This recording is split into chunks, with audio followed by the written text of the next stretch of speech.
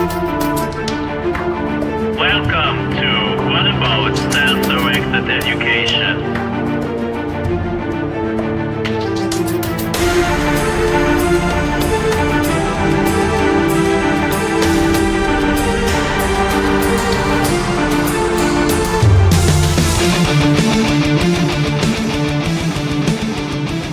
Today my guest is Je'anna Clements from South Africa.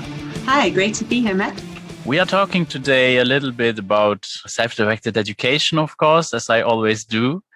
And especially we talk about a book you wrote, What If School Creates DYSlexia?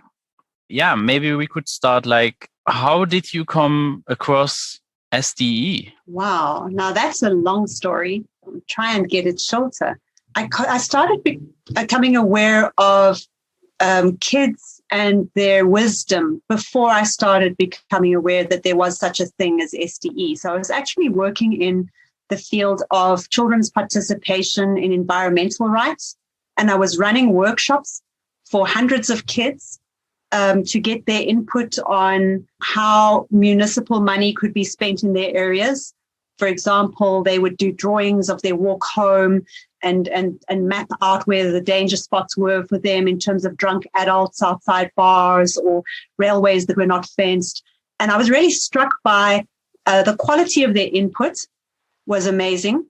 And the way that the adults treated their input as token, they would have a presentation where the kids would show their work and the adults would pat them on the head and give them a biscuit, and nothing would happen after that.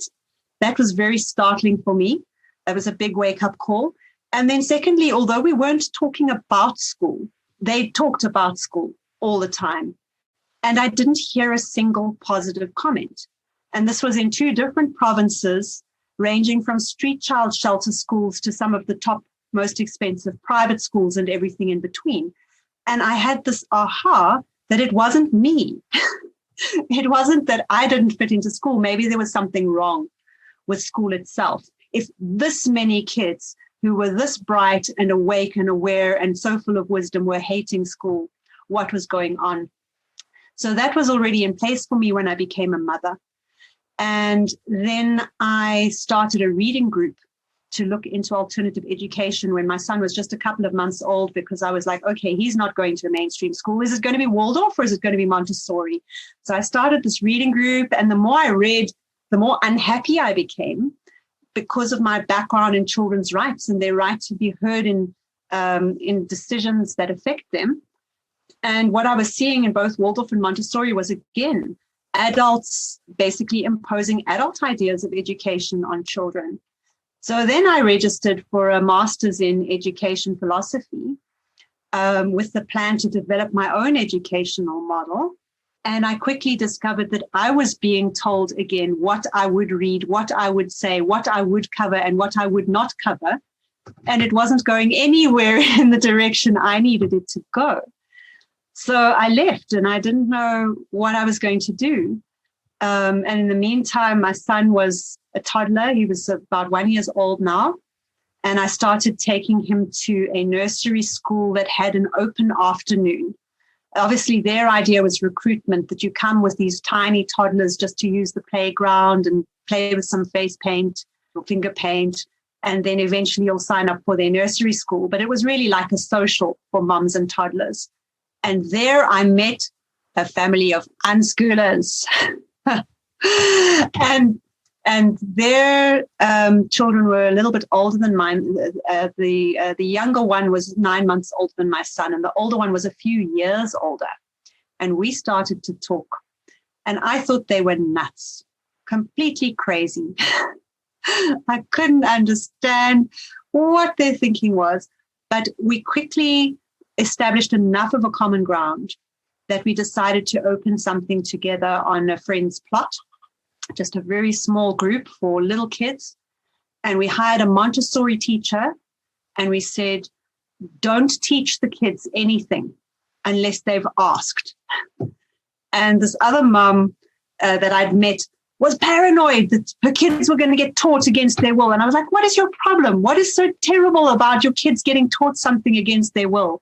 But that was the start of the journey for me. that project only lasted a year, but by then I was completely hooked into finding out everything that I could. So then I got onto the internet. It was still in its infancy then, but I could still find some resources, find some people to talk to. And it wasn't actually until I read Free at Last, I think was maybe the first book from Sudbury School, that I suddenly had this aha that I don't have to invent anything.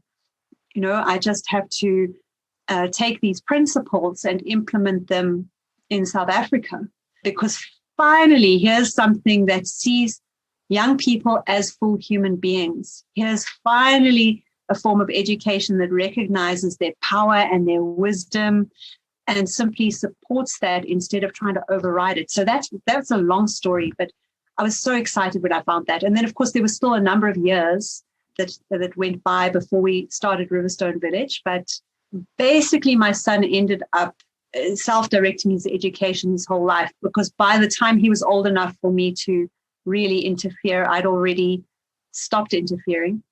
Do you ever stop interfering? I'd already learned to try and not interfere. And I was also just very, very fortunate with him because he's a very strong-willed person. So, anytime I started to get in his way, he would let me know. And it was just amazing to watch his learning develop and unfold. And that really is what convinced me completely that we were on the right track, was just watching what he actually did with his time. You mentioned Riverstone for people that don't know you yet. So Riverstone is a Sudbury Valley School in South Africa that you co-founded. Mm-hmm. That's right. How many years was that ago? It's about 3.5 now. It's heading for 4, actually. Yeah. Okay. And before that, we had, my main co-founder is that same mother that I met when my son was 1. So, we really had a long journey together. We've had sort of 15 years almost now, working on one project and another. So until Riverstone existed, your son was actually then also unschooling, or? Yes. Yeah. He was unschooling. At one point, we moved to a house that was a little far from his friends when he was 2, going 3, when that first project ended after a year. And so I decided to try and find the smallest, most child-friendly little nursery school nearby that he could go for an afternoon or 2 a week. And I found this little tiny one in somebody's back garden where they would allow him to come just, when he wanted to. And he loved it for 2 whole weeks because they had different toys and different kids. And after that, he became very frustrated. It's like, why will they not let me climb the tree? Why do I have to draw a bunny? Why do I have to have a nap now? Why do I have to eat mashed potatoes? So he got tired of that very, very quickly. That was his only experience with anything else. That's interesting. Maybe I would guess that he knew, I have the freedom to do it differently, so I can even question that. I don't have to go. Probably that made it easier for him to tell you no, but all these questions, or to ask why do I have to do this? And yes. Although I think his genes have a lot to do with it, because he has 2 very strong-willed parents, and we've got a lovely story from even just before that time, where I was still trying to do what I thought I was supposed to do as a mother. I can't remember what I was trying to make him do, but I was getting very frustrated and said to him, "Why aren't you listening to me?" And cool as anything, he said, "I am listening. I'm just not obeying." Yeah. So that's a very good answer. So he kept me on track all the way. Yeah. So the motivation to found Riverstone was not actually that you had a need for your own personal life, for your son, but it was much more. Yes, much more. My son actually believed that he would be perfectly happy unschooling at home. He's more of an introvert. He was perfectly happy with the couple of friends that he had, to see them once or twice a week. Although since we've opened, he's repeatedly thanked me, because he's found a lot of extra resources and experiences that he wouldn't have otherwise had. So that's been very, very interesting to actually see how much it's added to his life. It was something that I needed to do for myself. It almost, as an extension of the work that I used to do. I needed to do something to make this possible. I mean, there was no Sudbury-inspired facility in Africa. It's like, how can that be? That's not okay. We want one on every corner, walking distance from every house. And then my daughter was actually the one who really made it urgent because she's very social. I ended up having to take her to a Reggio Emilia-inspired nursery school at least a couple of days a week because she was just craving that social interaction with more kids and more things to do. I mean, her average activity at that age lasted about 10 to 15 minutes, and then she wanted a different one. So very, very busy person. And she again became frustrated, although it was the loveliest, most child-friendly, awesome place you can imagine outside of SDE proper. She was still like, okay, so because 5 of the kids were interested in space, now we're doing space. I don't want to do space, and I don't want to do story time now, and I want to eat lunch later. And she was hitting up against those same problems, even in that kind of space that most people would consider completely ideal. So I tried running play dates at my house for groups of kids multiple times a week, and I tried running a once-a-week event in the bowling hall where I would just fill my car full of toys and musical instruments and books and Play-Doh. And, all of those were nice, but there's nothing like, I mean, now I really understand, now that I understand the optimizing conditions for self-directed education, that immersion in a stable, supportive, respectful community. That is just such an additional dimension that brings so much richness. And yeah, I really do wish that for every child.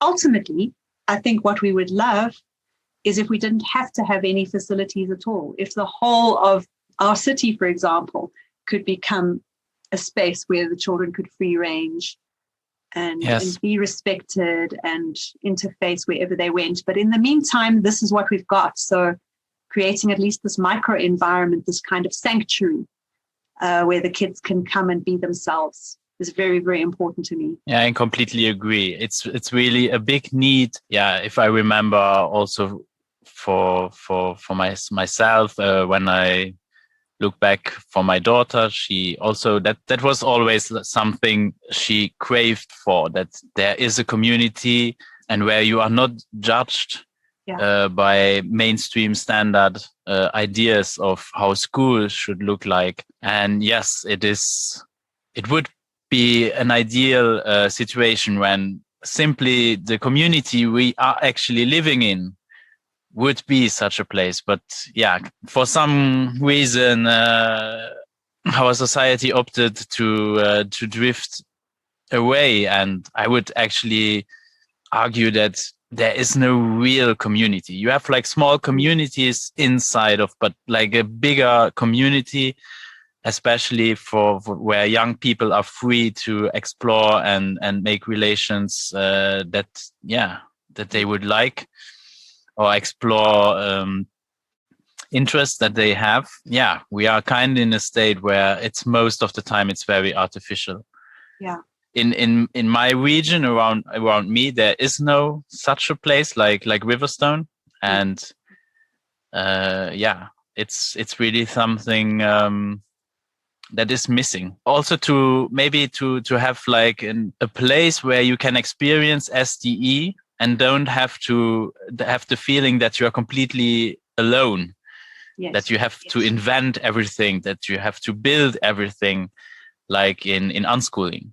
So I remember for me, the experience was similar, that we had to organize everything and we had to go, and we drove like 4 hours just to meet with people that have a similar idea. And so that my daughter could like meet her friends that could be like 6 hours away or something like that. Yeah. and then you have to organize like festivals, like weekends, and that's also a dimension I would say that is also important. Everything is connecting. I have the feeling that everything is connecting much more nowadays. Mm-hmm. Yes, definitely. I think because 15 years ago or 10 years ago, it was a lot emptier. I would say. At least in my region, you have of course, you have places like Summerhill or Sudbury Valley that are existing already for a long time.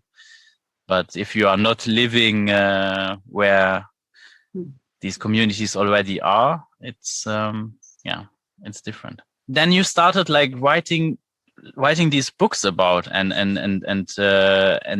giving workshops about facilitating self-directed education. So you discovered it for yourself, but you decided at a point, so I want to help other people discover this and maybe also facilitate their how should I say, their way into this idea or make them familiar.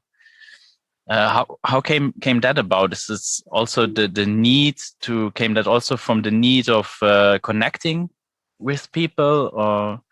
Well, when we started Riverstone, we wanted to do some staff training and we couldn't find any. The only advice was, read until your eyes fall out. And not everybody is built to read until their eyes fall out. I read my way through almost the entire Sudbury Valley School starter kit, but even I did not complete reading every single word in that pack. It's too much. So we had to kind of create our own staff training. And because I'd already been training other adults as facilitators in my previous work with the kids in those workshops, we obviously had many facilitators, and I would design the workshop. I would train the people to run it. So I already had that experience. And I've always been a writer. I've made my money over the years doing various kinds of report writing or policy writing or, whatever kinds of writing. So it was natural for me to start writing material to support what we were trying to learn and to articulate my ideas. This is a very central part of self-directed education, is that we learn by teaching because we consolidate and articulate what we know when we transmit it to somebody else. So it was a very natural way for me to consolidate my own learning and then also be able to share it more easily. And then because we hadn't found it online or from overseas, I also realized that this was an international need. I can't really remember how it started becoming more and more open, but it suddenly started being not just South Africans on my calls. Because I was already working with people in other places in South Africa. We were on Discord. And then suddenly it wasn't only in South Africa. And then I started realizing that I'd written this module and I'd written that module, and that I could put them together into a book, link them together into a book. And then I started realizing that there was this gap, that there's lots of books on the experience of self-directed education. There's many, many wonderful stories about real life experiences and anecdotes. And there's not a lot of theory that really grapples with the concepts underneath. And that's what I was finding, is that what was taking the time was for people to read all of these stories, these beautiful stories, but then extract the ideas from those stories for themselves was very, very slow. I realized that one of the things that I'm good at is actually distilling the idea or the core concept out of something and articulating it in a more theoretical way, which doesn't work for everybody. But for some of us, it's really useful.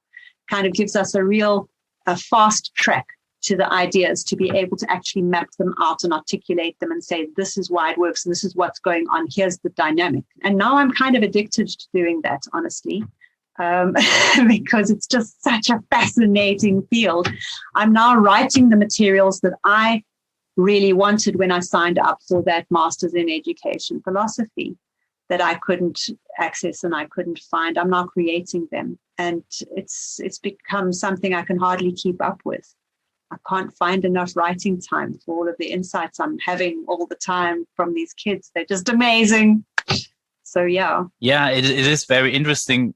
Like having the experience of unschooling, of self-directed education, I can imagine like now that you have like Riverstone, you have like, you are immersed in all this experience of all these individuals that are coming there, that are forming this community and living self-directed education. And then again, like connecting it to the puzzle of the philosophical ideas behind it, and also the educational beliefs, also the dogmas that are out there, like contrasting it. So for me, reading your books, it was really a revelation of, wow, finally there is someone that is putting this into a context, like a puzzle.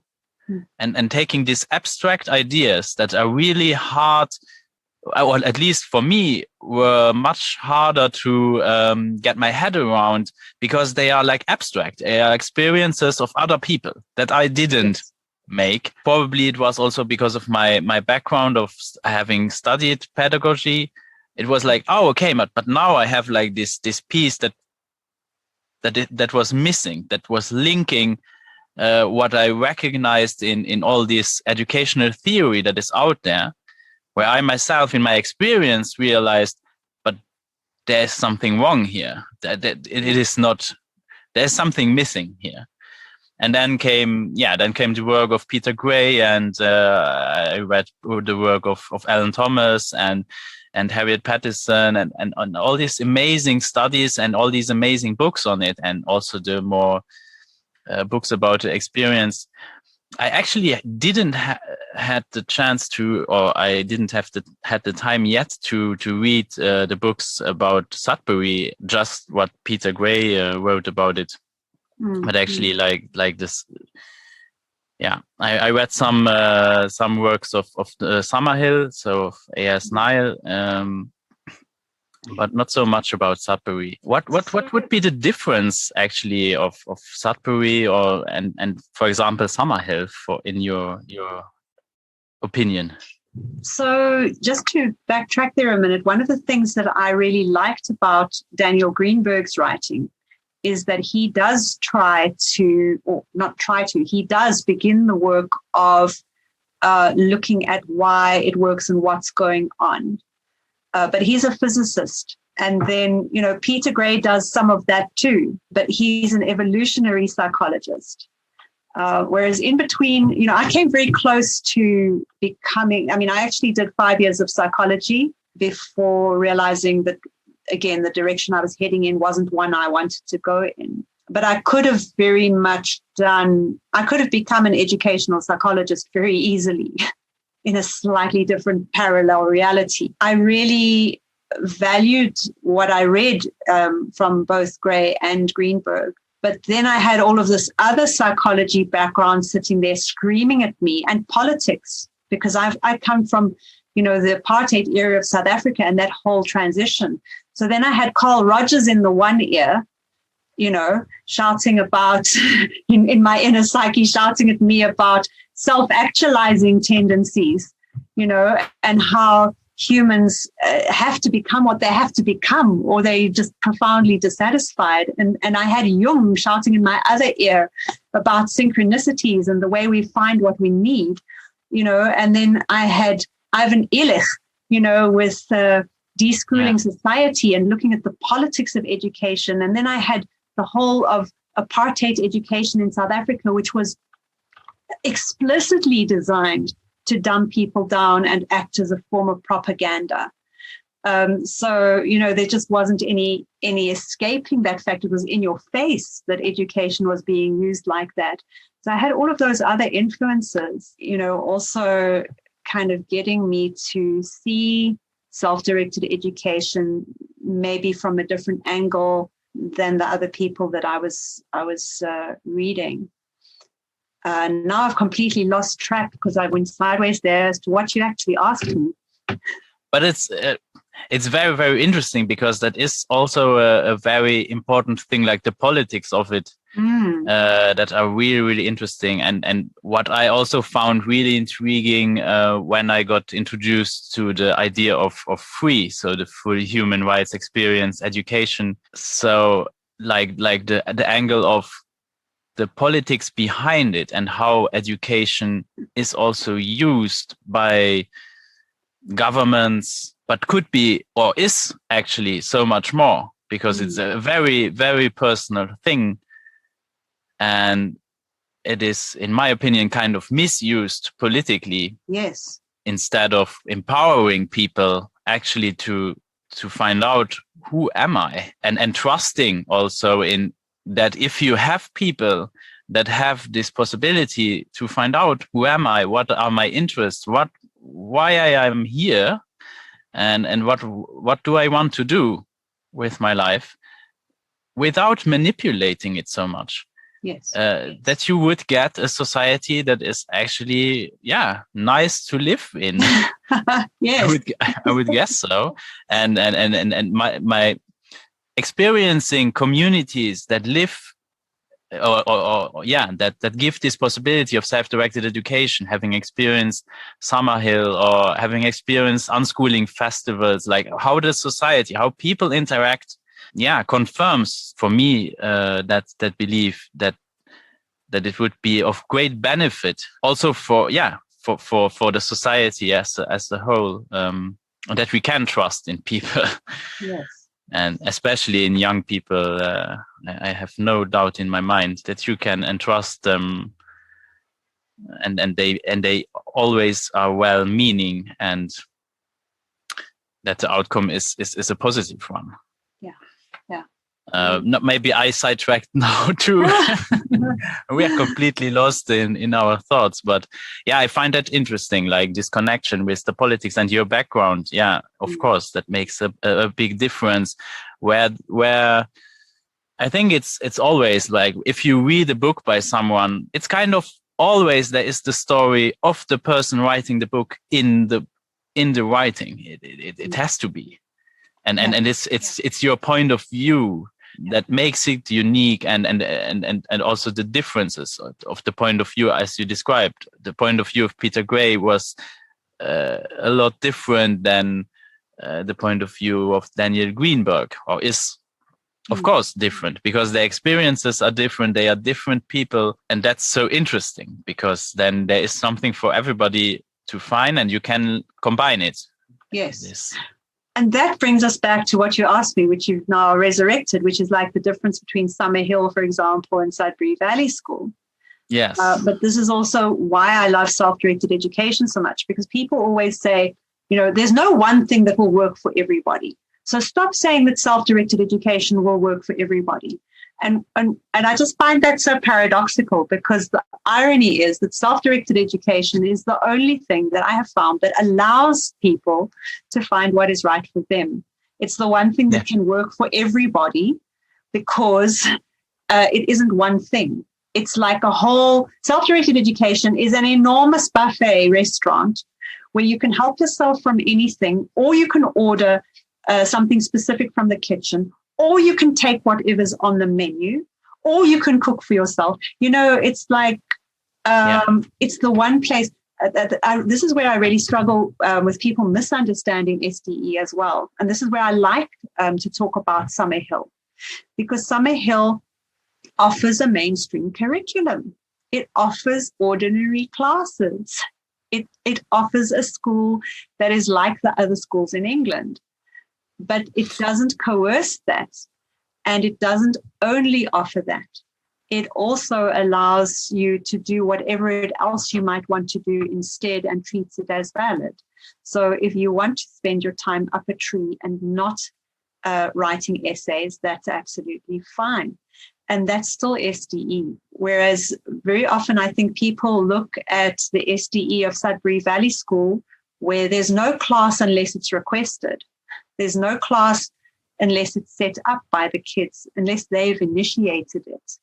It's kind of the other extreme end of SDE. It's like no offerings, and there's many, many different models in between. For example, I don't have a lot of experience with Agile, but I mean, I have we had, unfortunately, it's now no longer, but we had an agile learning center that I was supporting a few hours drive away.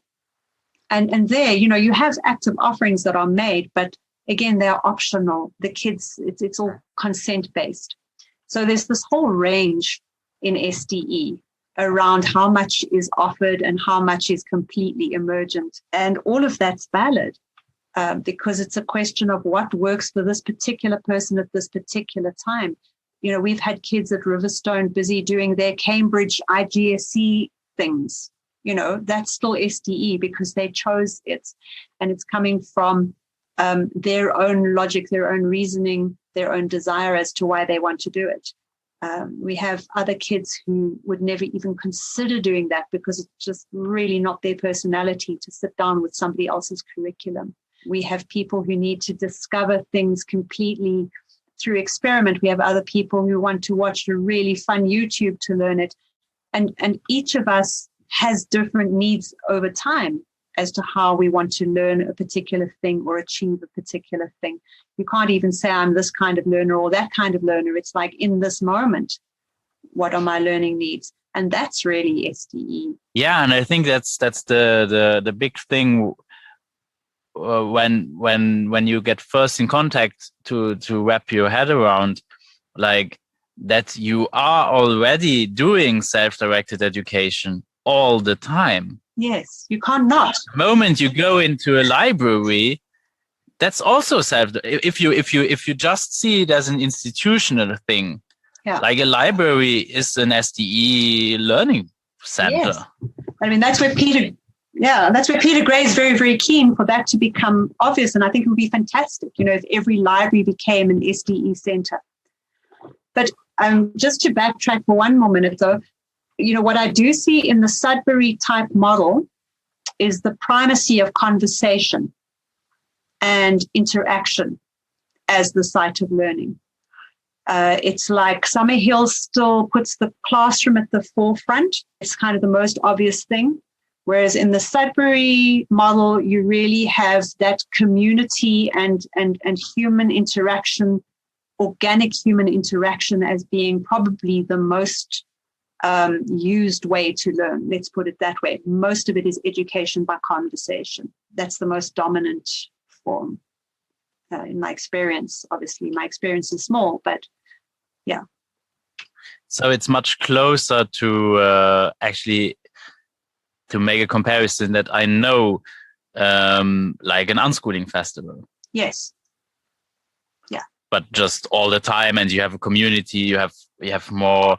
But also, like, you find this also like on some festivals that are going on for longer times. You have a community. You have also this organizational thing that is organically developing because it is needed for that. You have like circles where you discuss stuff, how to organize stuff, and what do we want? Who should occupy the stage now at what time or whatever. Yes. Oh, the most important, cooking. Of course. Yeah, that's a big need. And everybody can still do what he or she wants to. Yeah. And it's free. And you see that it is all very, organically developing. Also, if you hear a need and then there are like 2 or 3 people coming together and say, oh yeah, we want to do this, let's do it together. We are all interested in that. And so to speak, lessons are developing themselves. Yes. And I love that you've raised that because, historically there's a tension between Sudbury Valley School and unschoolers around, I think, exactly this, in that, and we've seen it as well, for example, when some unschooling families come to have a look at Riverstone and they go, oh, but you've got rules. Ugh. The thing is to realize that, a family also has rules and their own culture and their own structures. It's just that it's more invisible because it's permanent and it's in your family and, you're all part of the same culture. So I really love this analogy that you've drawn there that, an SDE facility is kind of like a permanent unschooling camp.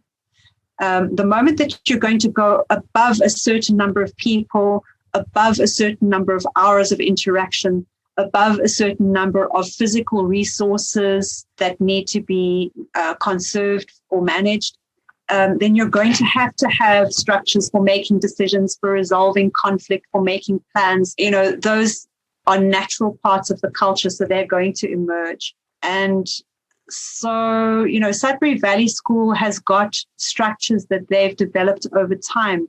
And I think a lot of people don't realize how much those structures developed over time. Yeah. They tend to see it as rigid, but it's not rigid. It's evolving. They've simply found their best practice for them. And it's very, very different to the best practice at Riverstonevillage. There's a lot of differences between Riverstone and Sudbury Valley School. Again, because we're a different group of people in a different place with different dynamics.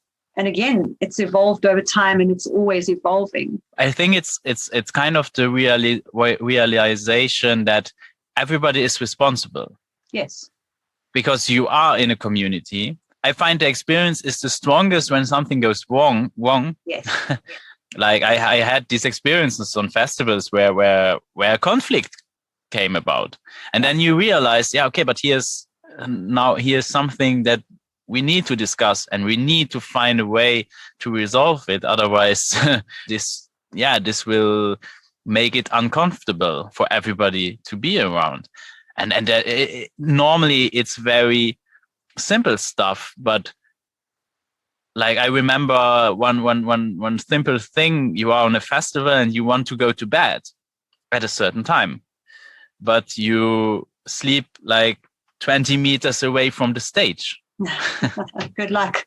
So that is a problem. And then you need to find out, we need to find a compromise here.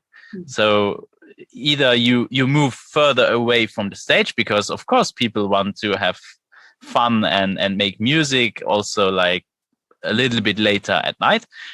And of course, on the other side, people can also make a compromise and say, we can stop at 11. That's okay for us. Mm.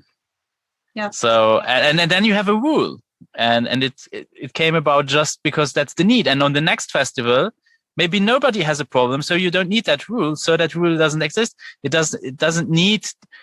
We are so used that, like in conventional schooling, you would have rules and they stay the same. Yeah. Always. Yeah. Because they are already established. You come into that building and the rules are already established. And I think that's a big thing to realize, that if you come to a place like that, maybe there are a lot of rules, but next year or maybe next month or next week, these rules can change because now you are also there. Yes. And you have different needs. And then maybe we have to reevaluate some of the rules, how we are living together. And I find this also interesting to think about if we could like extend this to our normal lives, because we live in a we are governed in a way where we have like rules that are 200 years old or 100 years old, but they are from the past. Yes. And they are maybe not fitting anymore, but they are very difficult to change. And that's a big difference. Like in a community where everybody realized we are responsible for our lives and for the functioning of the community, that gets much more flexible in my opinion and in my experience. Yeah. And it's also a question of who gets to make the rules and for whose benefit. And I think that that's something that I'm very, very aware of, having grown up under apartheid.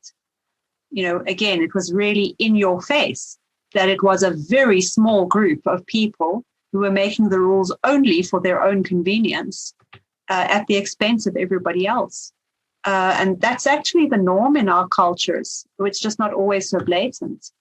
And so I think that's where, again, if you look at self-directed education and the optimizing condition of being able to play with the tools of the culture, it's critically important that young people get the opportunity to play with rulemaking and structuring, because this is one of the most powerful political tools of the culture. So they need to get their hands on it. And get to know their way around it. Otherwise, they're just going to grow up as, passive recipients of all this rulemaking. Most of us behave like victims in relation to rulemaking. We just have to suck it up. So I think that, our kids really need to have this opportunity, those who are interested, to grapple with this I really look forward to seeing what the world looks like when the majority of kids have grown up making and changing the rules and knowing that these things can be molded for mutual benefits. I can't wait to see what the world looks like once we get there. I would guess at least the discussion around it would be much more rational. And like one thing I observe a lot is there are a lot of in more mainstream schooling environments, there are a lot of things where people invented already problems and then decided, okay, we have to protect people that this will not happen. But oftentimes exactly what you're trying to, how do you say it in English? Verhindern. Prevent. Yeah, exactly. Yeah, what you're trying to prevent is then actually produced as a result. For example, one big example is mobbing. In my experience, schools are a breeding ground for mobbing because everything is designed that you make the experience that it is okay to mob people in a way. Well, the system is doing it. Yeah. It's already like you are forced. So it's okay to force people to do something that they clearly don't want to do. It's like the parents saying, don't hit your sister, you know? Yeah, then hitting. Yeah. Yeah.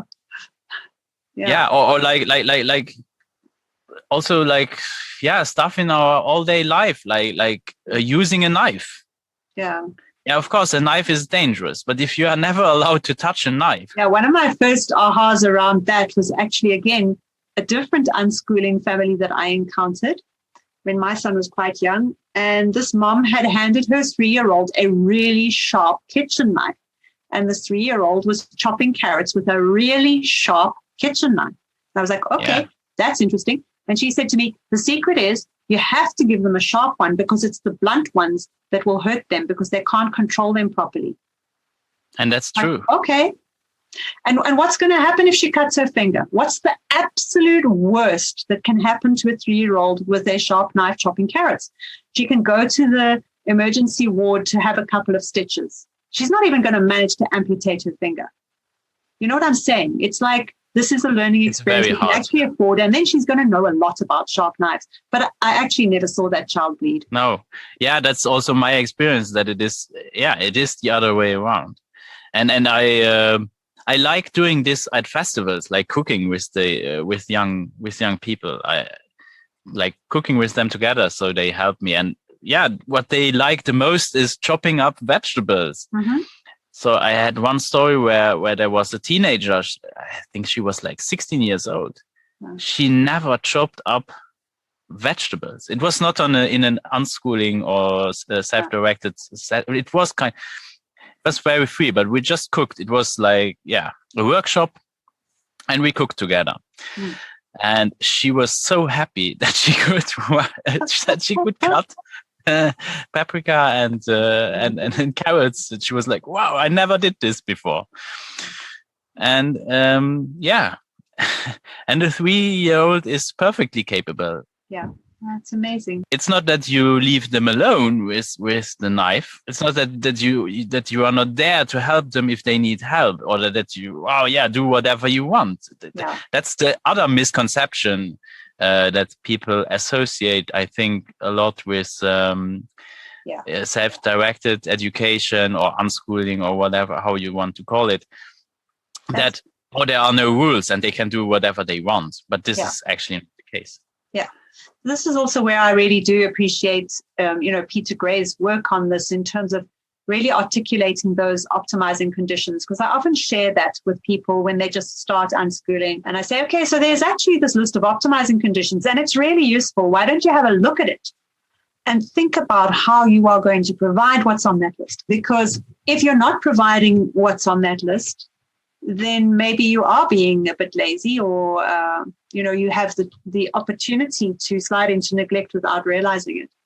And, one of those optimizing conditions is lots of access to a variety of adults, caring adults who are helpers and not judges. And I think that that's the mistake people make. We're so used to the schooled idea that an adult is kind of a judge and a director, that they think that an optimizing condition is that children have to have the guidance of a judging director to tell them when they are right and when they are wrong and how to do things.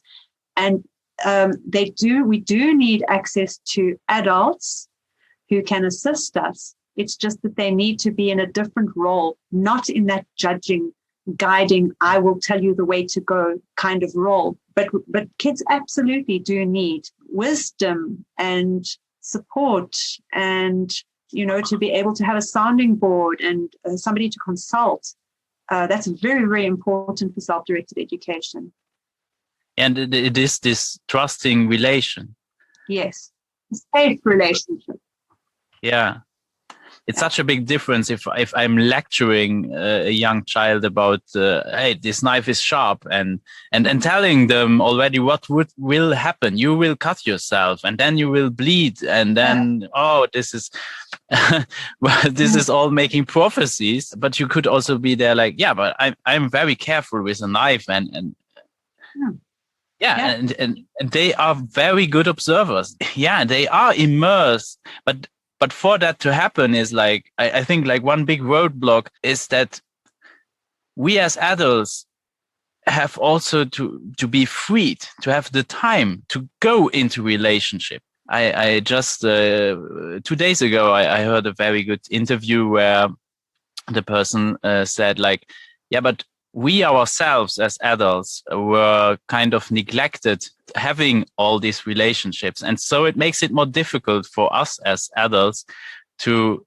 provide these relationships to young people, to our children, because we ourselves didn't make the experience. So it is also kind of having the patience with yourself and to say like, yeah, but okay, let's take a step back. And I have also to learn to trust myself. If I don't trust myself, of course, I cannot trust young people. And I think that's a big roadblock for a lot of... Definitely. And I see this a lot in teachers that really believe that they have to control young people all the time. And I was always amazed when I still worked as a teacher that... Of all their talks of having problems with discipline in their classes, and I didn't experience in my classes, and that was like I was always wondering like, why is that, and what is the difference? And now I kind of know better, and I understand better what probably was the main difference, and it was like I naturally trusted. Even before I had an idea about self-directed education and had a theoretical background behind it, that you can trust young people. And if you don't trust them, they know that you don't trust them. So they believe that they cannot be trusted. Which brings us actually back to the reading question, doesn't it? Because, if there's one thing that we are led to believe, it is that reading has to be taught. The earlier, the better. And, I think, again, as you're saying, as with discipline, when an environment is set up in a certain way that it's likely to create discipline problems, then you're going to get lots of evidence for the fact that you have to control young people, because otherwise there will be discipline problems. And I think in the same way, when an environment is set up to put reading in a certain position there, you're going to be able to then get evidence for the fact that you better teach reading, teach it thoroughly, and teach it young. And so we've got this really interesting situation where now we believe that we have to get 3-year-olds learning their ABCs and 4-year-olds writing words. Otherwise, they're going to be in trouble at the age of 8 and 12. And we're really creating a tragedy right now. Yeah. And that's really like, to come to the book you wrote, like, what if school creates dyslexia? I think like even maybe in the title, this is not only interesting for people that are diagnosed with dyslexia. This is like a general thing that, as you said, through the distrust there's a situation created where you hinder the natural learning process of reading. When I'm looking back at reading lessons in school, that was horrible. And I was a very good reader, so I liked reading in my spare time. So I don't have the feeling that I actually learned reading in school, but school did a lot to convince me that reading is really hard and really boring, and that's I really got a dislike when there was like, oh, we are reading a book together. I was like horrified. It's like, oh no, please, let's not read a book together because this is a pain. I finished the book when we read one page and I was finished with the book. So for me, it was like too slow, and for others, it was too fast. And the idea that everybody should like have the same pace is completely crazy. Yes, I would say. And maybe you could tell us a little bit more about the idea. What if school creates dyslexia? What is the premise behind it? So I'm going to go sideways again because that's how this conversation's going, because that's also very SDE. Because what's just come to mind is actually Lego. Can you imagine anything more fun for a kid than just playing with Lego, right? So we've got a science museum here in Joburg. It's quite an awesome science museum. But every now and again, they used to have like an event where they would run certain sessions that any kids could sign up for. So I and another unschooling friend, we saw they had a Lego build a car session. And we're like, oh, our boys are going to love this. They love Lego. Let's sign them up for this session. And we took them. And the way they ran the session is that they had some desks in rows in the room. And they had little Ziploc packets of the Lego pieces that each child needed. And they distributed the Lego pieces onto each desk. And the kids sat at this desk with their little Ziploc packet. And then they had a projector screen up at the front, and the instructor up at the front said, okay, now everybody find the piece that looks like this. And then they all waited until everybody in the room had found the piece that looks like this. Now find the piece that looks like this. Now join them here. And then they had to go around the room to try and help all the kids who had joined it on the wrong clipping like space. The kids hated that Lego session so much. And, you know, our kids already knew and loved Lego. They survived. I can only imagine what happened to the kids who were doing Lego for the first time ever that day. Yeah, for them the experience is Lego is crap. It's boring. It's boring as hell, and I never want to build Lego never again. It takes an hour and a half to build what my kid would do on his own in 10 minutes flat, and he would have more fun doing it because he would do what he wanted to do instead of what he was being made to do. So, you know, I really see... And it is also like building stuff when you are not yet ready. Yes. So they had to help some of the kids to join those two pieces. Now, I've seen little kids or kids who are new to Lego, you know, sometimes all they do is clip a whole lot of squares together in a tower. And they really have fun clipping all those squares together in a tower. So to make somebody's first experience have to be to build this little car, you know, that's daunting for the kid who just wants to clip the things together in a tower and discover that. And it's boring for the kid who already can make a car like 5 times fancier than that one. So the moment that you are standardizing this learning experience, any learning experience, the fact that you're standardizing it means that you are going to ruin the experience for the majority of kids in the room. You're going to just have to be really lucky to hit the exact developmental level of that one kid who's actually where your lesson plan is at. It is really interesting that you give the example of building Lego. Like imagine if we would like put this into a curriculum. Yes. And if for example you were never interested in building Lego until 13. Yeah. Would it be a problem? Then will it be a problem? No, of course not. And do you have to be interested in building Lego with 3? No. Why? Yeah. So we created this thing called a curriculum that gets delivered by these things called textbooks. that are written, and the kids are required to read them. And only because of that, only because we've done that, do we then need the kids to be able to read by 6, because otherwise they can't do everything else we planned for them. And I think the problem is that we take so much for granted that is how learning has to be done. Learning has to be done through the written word. Because we impose that, we then have to so-called impose the early reading, because otherwise they can't access the rest of what we prepared for them. So it's not just about looking at reading instruction and how reading instruction is done and whether it's done too soon and whether it's done in the wrong way.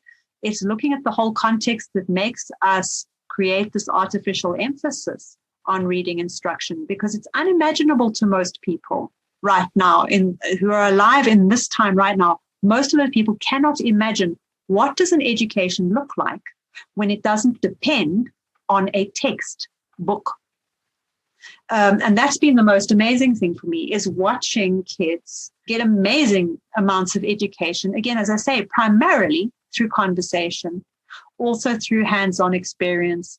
And in this day and age, through amazing, audio, visual, audio books, videos. But there is so much that they learn without having to read. And then, of course, what we see in SDE, which was for me the mind-blowing thing that got me to write this book, is that we don't see a reading problem.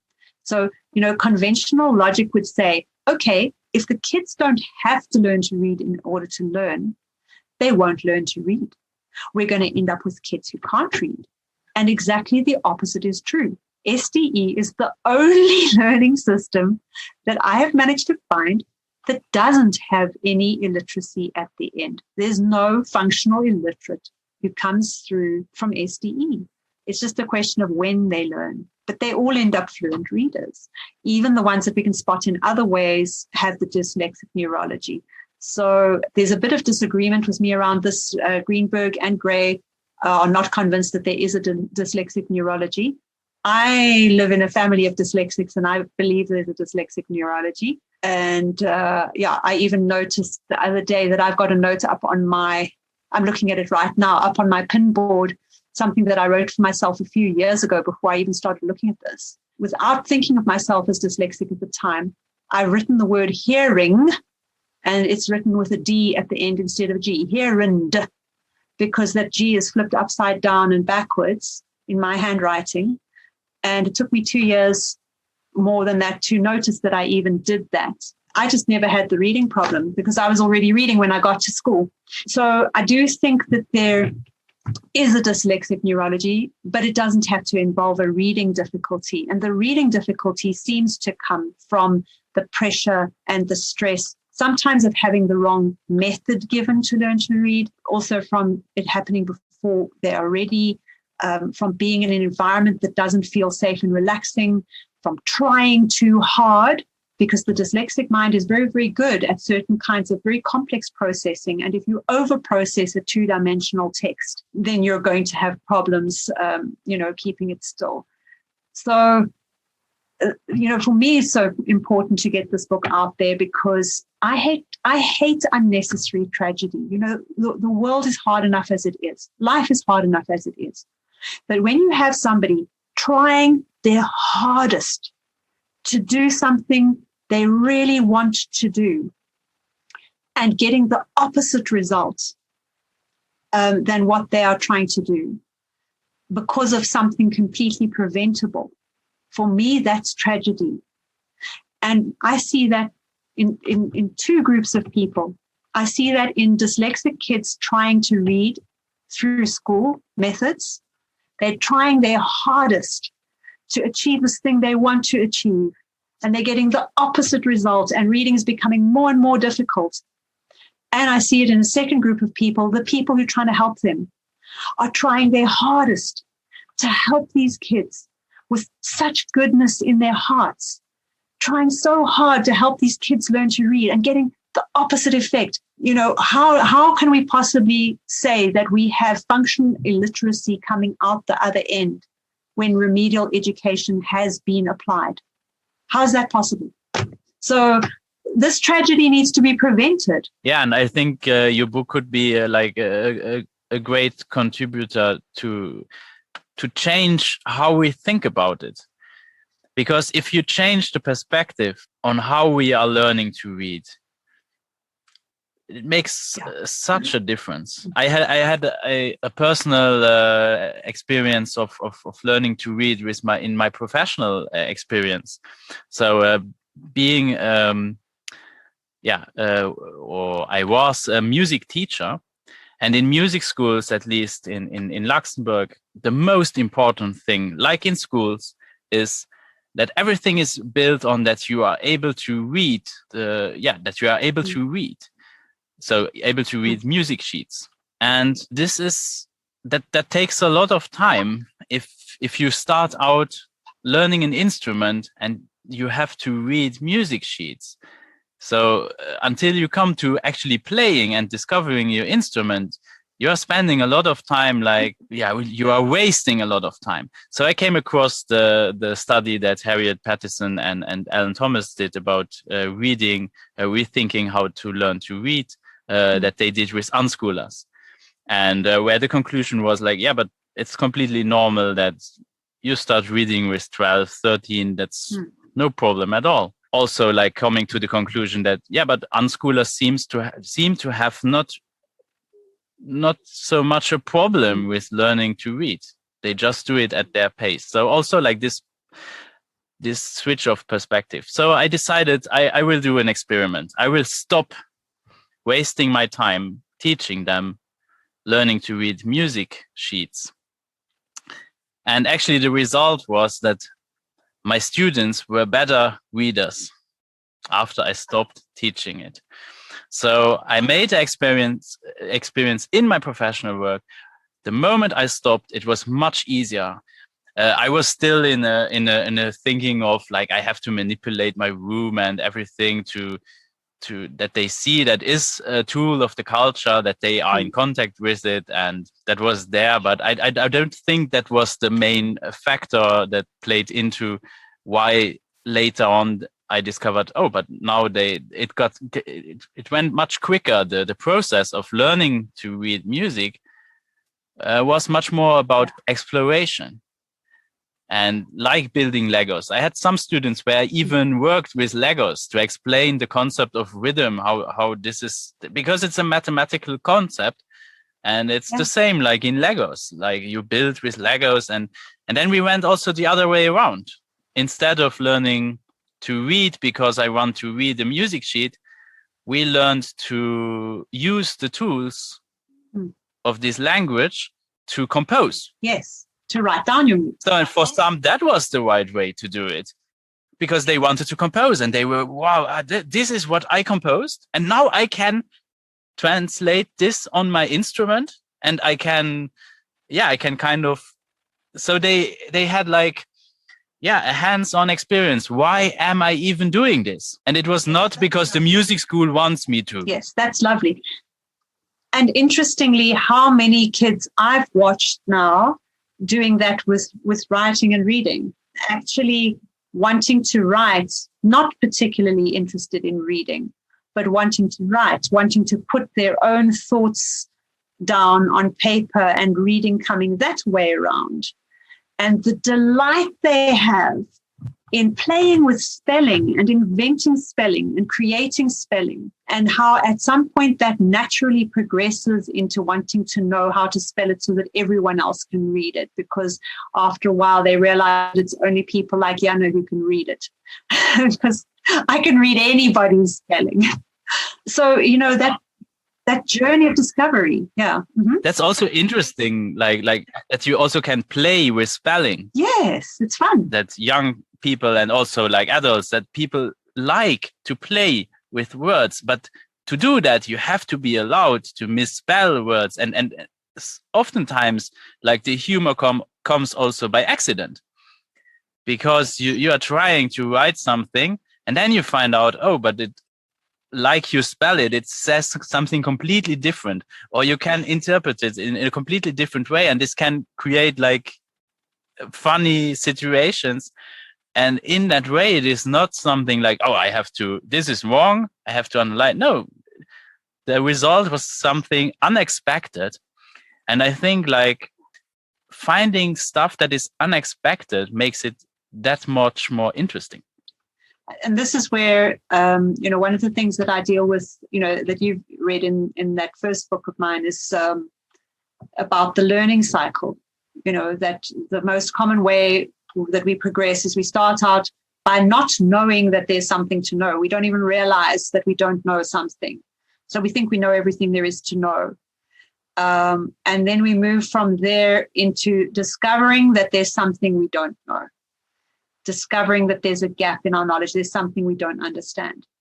And the critical thing over there is that there's two different possibilities at that step. The one possibility is curiosity. We go, there's something I don't know. There's something I can find out here. I'm curious. But the other possibility is shame. There's something I don't know. I'm not good enough. I have a gap. I am deficient.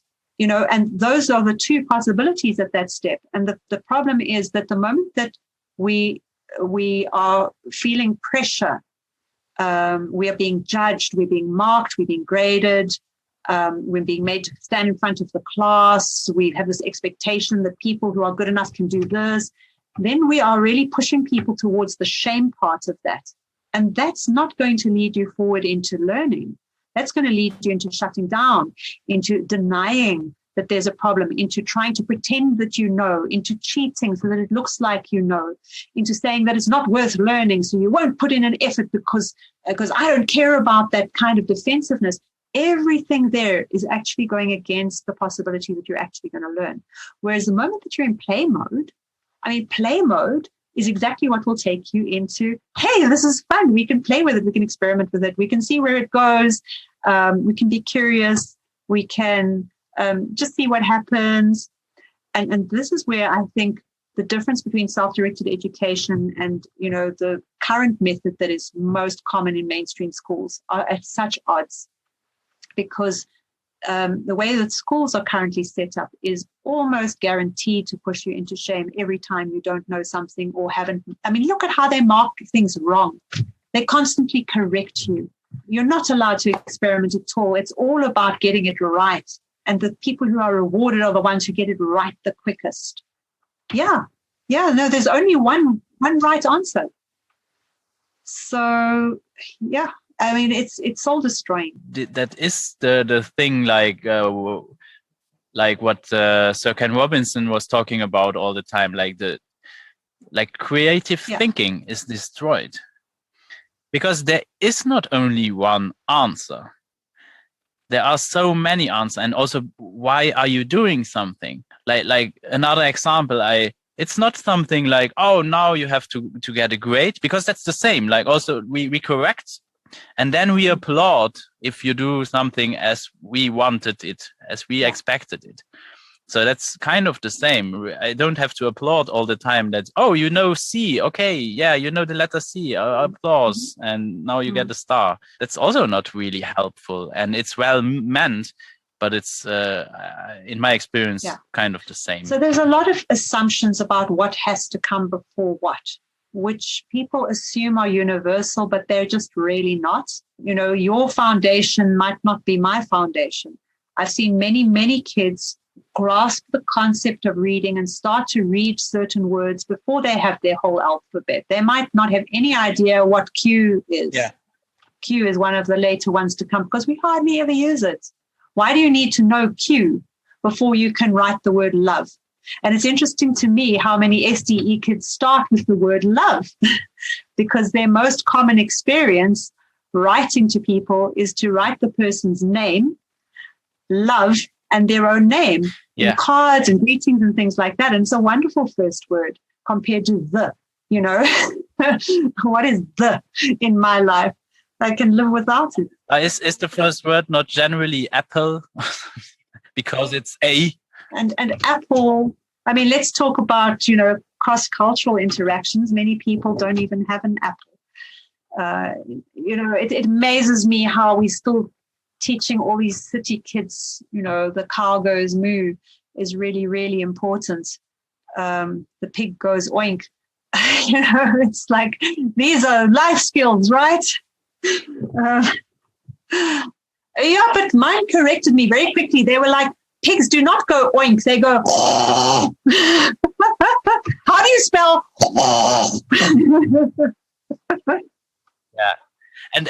Yeah, and that's the experience. Like I live quite on where you have a lot of animals around you, and they know how they actually do. And it's also confusing because the frogs make quack and the duck makes quack. So in German, at least. I don't know. How does it do in English? Because then it's even different. Yeah, in English it's quack. But my daughter had a duck for a pet, and she pointed out to me that it actually says whap. It doesn't actually say quack. It says whap, whap, whap, whap, whap, whap, whap. Yeah, that's much closer to a duck. But it's absurd. It's true. It's like we talked a lot. It's a long talk, and it was really enjoyable. And I liked really to hear how you came to what you are doing today and the way of thinking about it, and also the background of thinking coming from a rights perspective, like but these are with the rights of young children, and you work with the environment and everything. And in the end, I think like self-directed education is really like universal, and it is in all our lives, not just in schooling or like in our education in a sense, but it's like more about a lifestyle and the perspective on how we go about making experiences. And that's one also like a big difference, that it is more about experience than a methodology, like a method. Well, I think it's also, it depends on what we believe education is for. And I think most people just don't maybe realize that, the main reason to have standardized schooling isn't for the benefit of the individual, it's for the benefit of the state. Even today, if you go to speak to, people who are in control of state education, many of them will still be honest enough to say in so many words, we are trying to create the standard citizen. And that's really who it's for. And I think we're at a point in history where we have to really wake up and question whether that's in our best interests or the best interests of our children for somebody who is in a government bureaucratic position to decide what is the ideal citizen, according to whose best interests is that going to be. So I think it's also just time to really wake up to that, because we don't have very much time left in our history where we will have any choice. We're already living in a situation where technology is making microcontrol very, very easy for governments. And this is sort of our last chance to decide whether governments are going to be able to continue to decide who we should be, or whether we actually want to keep the natural ecology of human diversity alive. Because I think we can see from nature, again, one of my other influences that I didn't mention is ecopsychology and the work of people like Gregory Bateson, where you really realize that ecosystems are wise because of their diversity. That's what makes them strong. The moment that you have one ecosystem become all too much one thing, that's when you have ecological crash. And I think the same goes for human social systems. If you have too much of the standard citizen, is life still worth living anymore? Yeah, we need to actually celebrate the fact that we have so much human variation and educate in a way that supports that instead of crushing it. And I think this is the perfect final word. Thank you for this conversation, Je'anna. I'm happy the next episode will be the first part of your book as an audiobook sample, so people can listen to it. And if you really want to find out more about Je'anna's works, about her books, I will put the link to your homepage in the description. It's Je'annaClements.com.